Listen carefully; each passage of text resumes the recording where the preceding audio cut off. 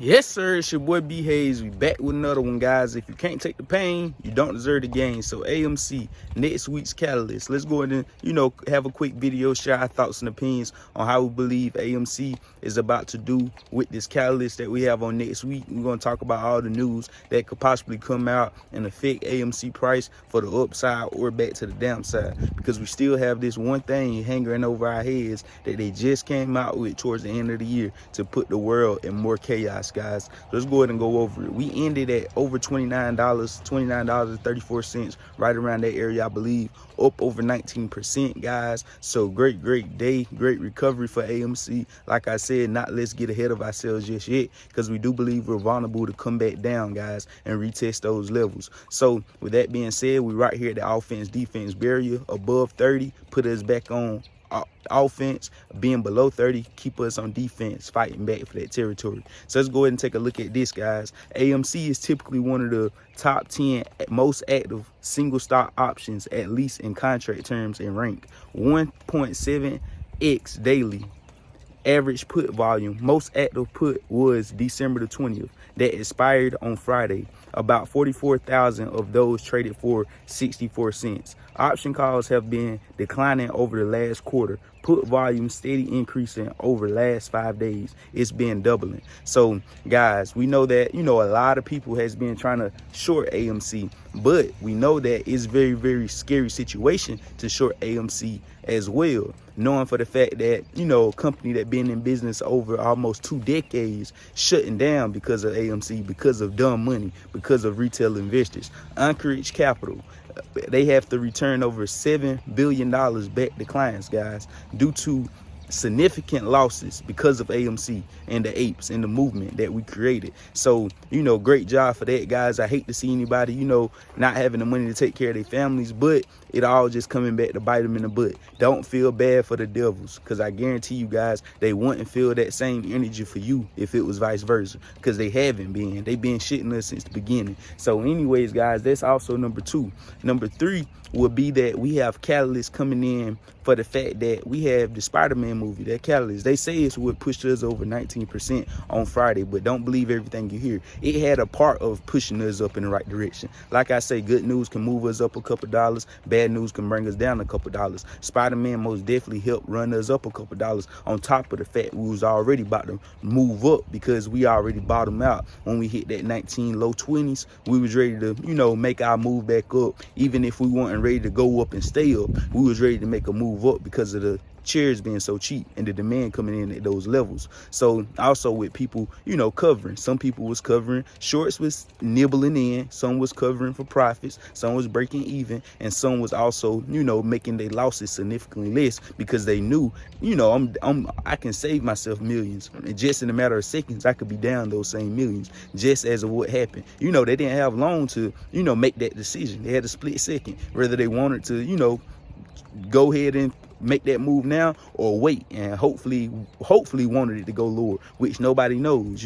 We just have to keep track with this thing day by day and go and judge it day by day. But we know that we most definitely is vulnerable for those levels, because we done talked about it. So also, that's another catalyst would be the Spider-Man. Even though I say it ain't what pushed us the whole 19%, but it had parts to do with it. That could also be a catalyst come next week when they come out with the new numbers, because numbers don't lie, people do.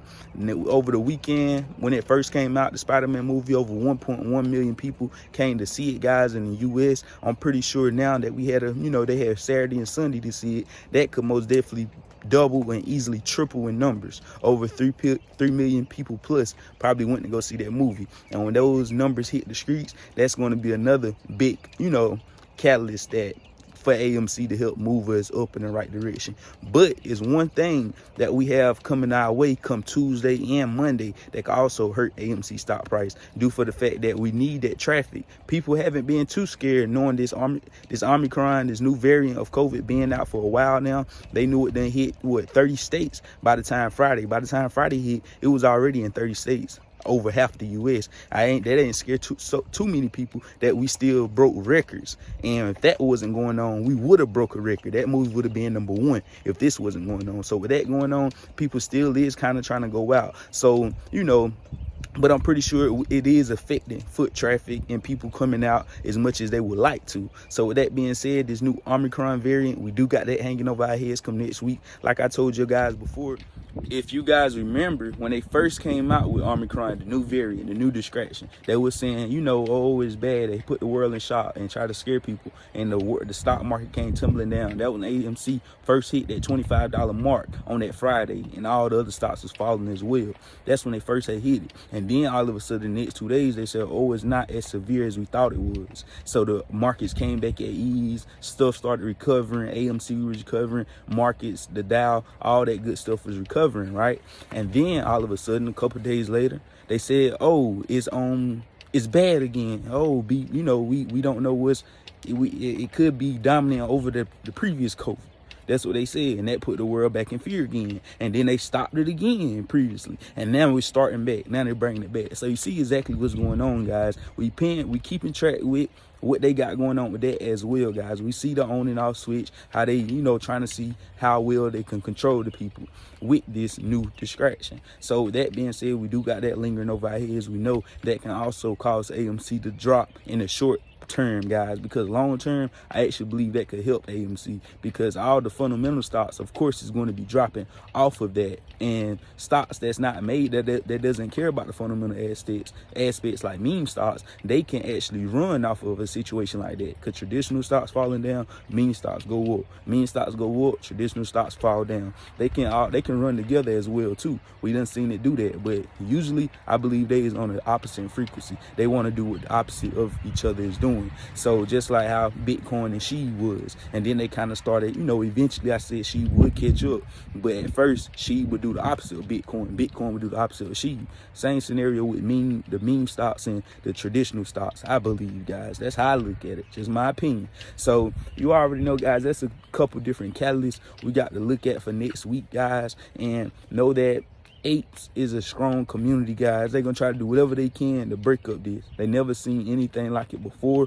We already know, guys, we're going down in history. Like I said, if you rode this thing this far, you done came this far on this journey, you might as well thug it out all the way to the end. All the way to the end, guys, regardless of what happened, guys. Leave with a smile on your face. You can always go get more money, but you can't never be a part of something like this. You get what I'm saying? Because like I said, the gamifications of the markets, the gamifications of the stock markets, you better be glad you in now, because it's going to be a whole lot of rule change come 2022 going into 2023. They can't afford to continue to let this happen. We most definitely want to keep making it happen. Keep our foot on the pedal, but I believe it'll be a whole lot of different stipulations where they won't try to make it so easy for people to get into the market and start investing and trading right now today, because there's so much traffic that they didn't expect to come into the markets, if that makes sense. Being that this pandemic happened, a lot of people was quitting their jobs, a lot of people was snooping around looking for different sources of income to make money, and they came across trading and options and investing